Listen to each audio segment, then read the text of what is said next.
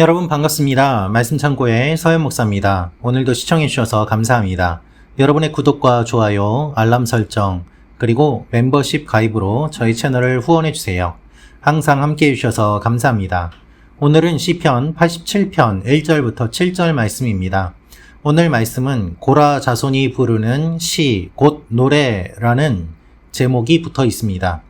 이 표제를 생각하면서 오늘 말씀을 보면은 오늘 말씀이 무엇을 이야기하는지 알 수 있는데요. 오늘은 무엇을 이야기하고 있는가 하면 바로 시온을 이야기하고 있습니다. 하나님께서 시온을 사랑하시고 하나님의 임재가 시온에 임하게 되고 시온에서 모든 생명이 흘러나오게 되고 모든 찬양이 시온을 중심으로 이루어지는 것을 이야기하고 있습니다. 하나님께서는 오늘 이 말씀을 통해서 우리에게 무엇을 알려주고 계실까요? 그것은 바로 우리가 곧 시온이 됨을 하나님이 말씀하고 계십니다. 하나님께서는 이 세상의 모든 것을 다 사랑하십니다. 그러나 그 사랑하시는 가운데서도 하나님이 더 특별히 사랑하시는 장소와 사람들이 있음을 우리는 기억할 필요가 있습니다. 그러면 이렇게 오해할 수 있습니다. 하나님이 편애하시는가? 네, 그렇습니다, 여러분. 하나님은 편애하시는 하나님이십니다. 이상하지요? 사랑의 하나님이 왜 편애를 할까요? 그러나 성경을 보면 하나님은 편애하시는 하나님임을 우리가 잘 알 수 있습니다. 어떻게 알 수 있을까요? 하나님께서는 수많은 민족들 가운데 이스라엘을 먼저 택하여 주셨습니다.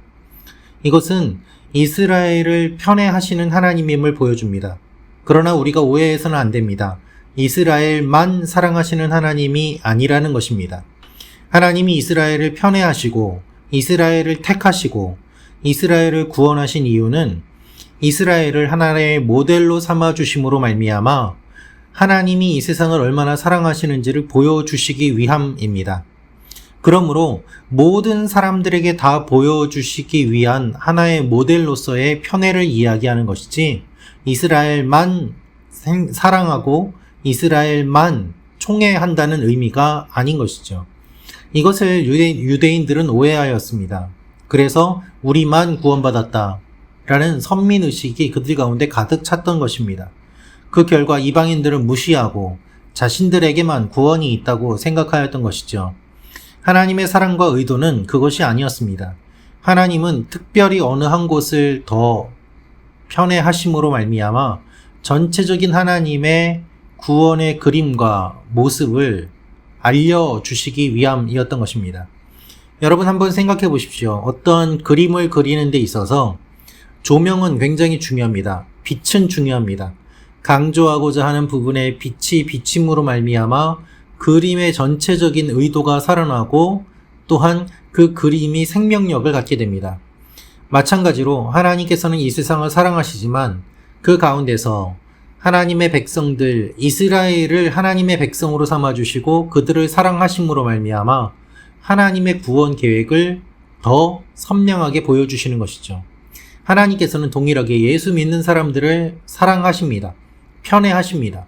그러나 예수 믿는 사람들만 사랑하시는 것이 아니라 그들을 통하여서 모든 사람들이 예수님을 다 믿고 구원받도록 하는 것이 하나님의 큰 그림임을 우리는 기억해야만 합니다.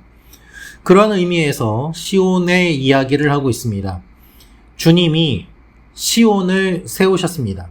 시온은 어떤 곳입니까? 하나님께서 만드신 곳입니다. 그리고 하나님께서 특별히 더 사랑하시는 곳입니다. 그래서 시인은 이렇게 이야기합니다. 그의 터전이 성산에 있으며 여호와께서 야곱의 모든 거처보다 시온의 문들을 사랑하시는도다. 그래서 이 시온이 하나님의 사랑을 받는 곳이고 하나님의 성이 시온을 향해서 영광스럽다고 이야기를 하는 이 장면을 묘사하고 있습니다. 시온은 하나님의 임재가 임하는 곳이고 시온은 하나님이 사랑하는 곳입니다. 그리고 시온은 하나님이 택하신 곳이고 하나님의 거룩한 곳이기도 합니다. 하나님께서 세우셨다라는 것은 하나님께서 두셨다라는 것을 의미합니다. 하나님이 모든 것의 그 사랑을 그쪽에 두셨음을 이야기합니다. 여러분, 생명수가 흘러나올 때 하나님의 보좌로부터 흘러나오는 것을 요한은 묘사하고 있습니다. 요한계시록에서 그렇게 묘사하는 이유는 무엇인가 하면 생명의 근원이 하나님이시기 때문입니다. 그렇기 때문에 하나님을 중심으로 이 모든 것들이 생명이 퍼져나가는 것을 이야기하고 있는 것이죠.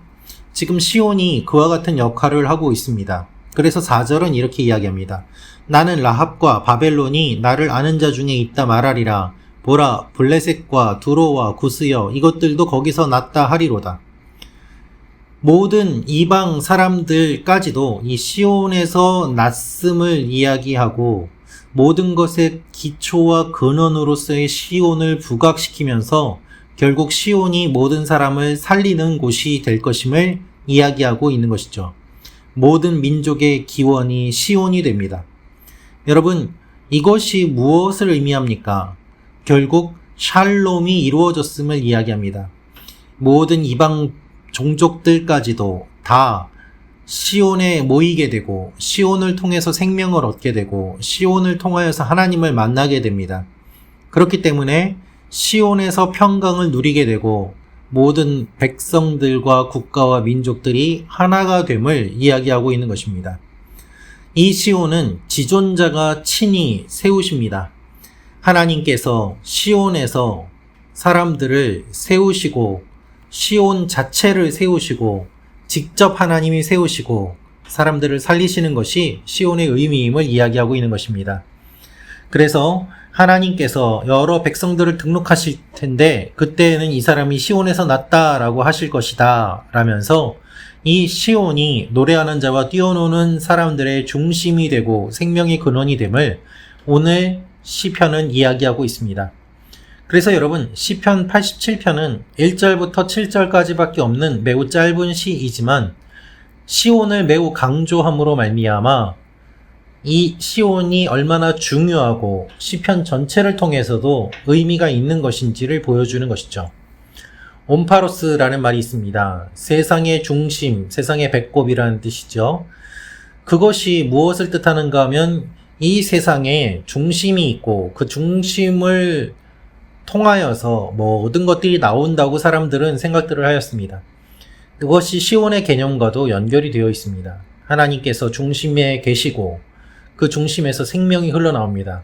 따라서 우리가 알 수 있는 것은 시온이라는 것은 어떤 한 장소가 아니라 하나님의 임재가 있는 곳, 즉 하나님 자신이 시온임을 궁극적으로 우리에게 말씀하고 있는 것입니다. 하나님 안에서 생명이 나오고 하나님 안에서 모든 이방 민족들도 나오게 되었고 하나님 안에서 생명을 얻게 되고 하나님 안에서 찬양이 나오게 되고 하나님 안에서 구원이 이루어지게 됨을 이야기하는 것이죠. 사랑하는 말씀 창고 가족 여러분, 모든 것의 중심, 우리의 기원은 결국 시온, 즉 하나님이십니다.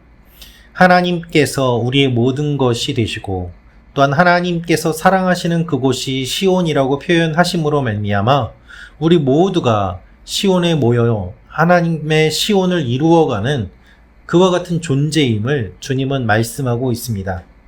시온은 하나님의 임재로 영광스러운 도시가 되었습니다. 따라서 우리도 아무것도 아닌 평범한 사람들이지만 하나님의 임재를 통하여서 시온의 백성이 되고 하나님을 기뻐하고 또한 복을 흘리게 되는 놀라운 역사와 역할을 감당하게 되는 것입니다. 우리가 천국을 꿈꿉니다. 천국을 이야기합니다. 그것을 오늘 시인은 시온으로 묘사하고 이 천국의 모습을 시온으로 선포하고 묘사하고 또한 회복을 그리고 있는 것입니다. 사랑하는 말씀 창고 가족 여러분, 하나님 안에 회복이 있습니다. 하나님께서 우리를 품어주십니다. 하나님 안에서 모든 것이 생명을 얻게 됩니다. 따라서 우리는 시온의 하나님, 그리고 우리가 시온의 백성임을 기억하며 나아가야 되는 것입니다. 시온의 영광이 빛나는 아침, 우리가 이것을 꿈꾸며 하나님 앞에 찬양하며 나아갈 때 하나님께서 우리의 찬양을 받으시고 하나님의 영광을 비추어 주실 것입니다. 오늘 하루도 하나님 안에서 생명을 누리고 하나님을 찬양하며 나아가는 여러분과 제가 되기를 소망합니다. 기도하겠습니다. 살아계신 아버지 하나님, 우리가 시온을 꿈꿉니다. 또한 천국을 소망합니다. 하나님께서 함께하여 주시고 은혜를 베풀어 주시고 하나님의 백성으로 우리를 계속해서 이끌어 주옵소서. 오늘 하루도 말씀 창고 가족 여러분 모두에게 하나님의 은혜가 넘치게 하여 주옵소서. 예수님의 이름으로 기도합니다. 아멘.